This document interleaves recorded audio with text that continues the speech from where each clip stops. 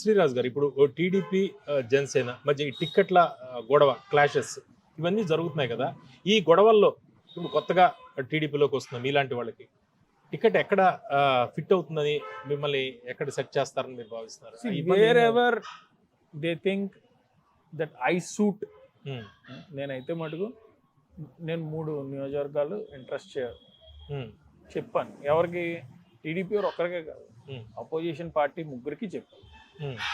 Opposition includes first TDP, second Janasena and third Congress. Because we are fighting against government and like-minded 3 political parties. And Pawan Kalyan గారిని కూడా కలిసారు మీరు? అది I can't tell, I've directly met, but yes. Message అయితే పవన్ కళ్యాణ్ గారు కూడా 100%. అంటే ఒకవేళ టీడీపీ టికెట్ రాకపోతే జనసేన నుంచి కూడా పోటీ చేయడానికి మీరు సిద్ధం? లేదండి. అంటే ఈసారికి చంద్రబాబు నాయుడు గారు పెద్ద మనిషి. ఆయన వస్తేనే రాజధాని నిర్మించగలడు.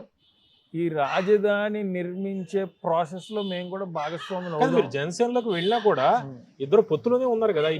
అదే అంటున్నాను, పొద్దున్న కాంగ్రెస్ వెళ్తే కలిసిన మీరు ఆశ్చర్యపడవలసిన లేదు. కాదు, ఒకవేళ టీడీపీ రాకపోతే జనసేన నుంచి పోటీ చేయడానికి జనసేనలో మీరు చేరి ఇక్కడ వీళ్ళు కాదంటే సిద్ధంగా ఉన్నారా మీరు? అంటే కెమెరా ముందర చెప్పడానికి అంటే వాళ్ళిద్దరూ ఒకటే అనుకున్నప్పుడు మళ్ళా why again TDP and Janasena? Definitely వాళ్ళిద్దరూ కూడా they are on equal understanding. And మీరు జవాబు అయితే చెప్పలే కదా. టీడీపీ టికెట్ రాకపోతే జనసేనలోకి వెళతారా, జనసేన టికెట్ ట్రై చేస్తారా? ఎందుకంటే ఆల్రెడీ ఒక మెసేజ్ పంపించారు కదా, కాంగ్రెస్ కి పంపించాము, జనసేనకి పంపించాము. జగన్మోహన్ రెడ్డి వ్యతిరేకించే వాళ్ళందరూ ఒకటే. ఆ ఒకటే అనుకున్న క్రమంలో టీడీపీ వేరు, జనసేన వేరు, కాంగ్రెస్ వేరు అనేది నేను అనుకోవట్లేదు. ఓకే, అదే మనం ఇప్పుడు చూసే వాళ్ళకి అపోజిషన్ బలంగా ఉన్న ఫస్ట్ 2 అపోజిషన్స్ ఏవైతే ఉన్నాయో అందులో ఖచ్చితంగా నేను ఒక దాంట్లోంచి ముందుకు వెళ్తాను. నాన్నగారు 100% ముందుకు వెళ్తున్నారు. అండ్ నాది కూడా ట్రయల్స్ లో ఉన్నది. టికెట్ అయితే మటుకు నాన్నగారిది ప్రయారిటీ అని చెప్పేసాం. టీడీపీ నుంచి అది ఏ పార్టీ నుంచి అనేది ఇంకా it's under discussion.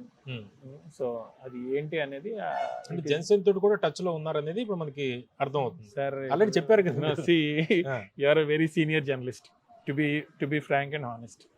And I'm not a political leader, but I'm a political intellectual person. Leader కాకపోవడం మీరు టికెట్ ట్రై చేస్తారు. మీరు ఎంత ప్రెజర్ చేసినా నేను ఆన్సర్ చెప్పను. కానీ జనానికి అర్థమైంది అండి, టీడీపీ టికెట్ రాకపోతే శ్రీరాజ్ గారు లేకపోతే హర్ష కుమార్ గారు జనసేన నుంచి ట్రై చేస్తారు. అప్పుడున్న జనసేన కూడా కాదు అంటే కాంగ్రెస్ నుంచి ట్రై చేస్తారు. అంటే సార్ టు బి ఆనెస్ట్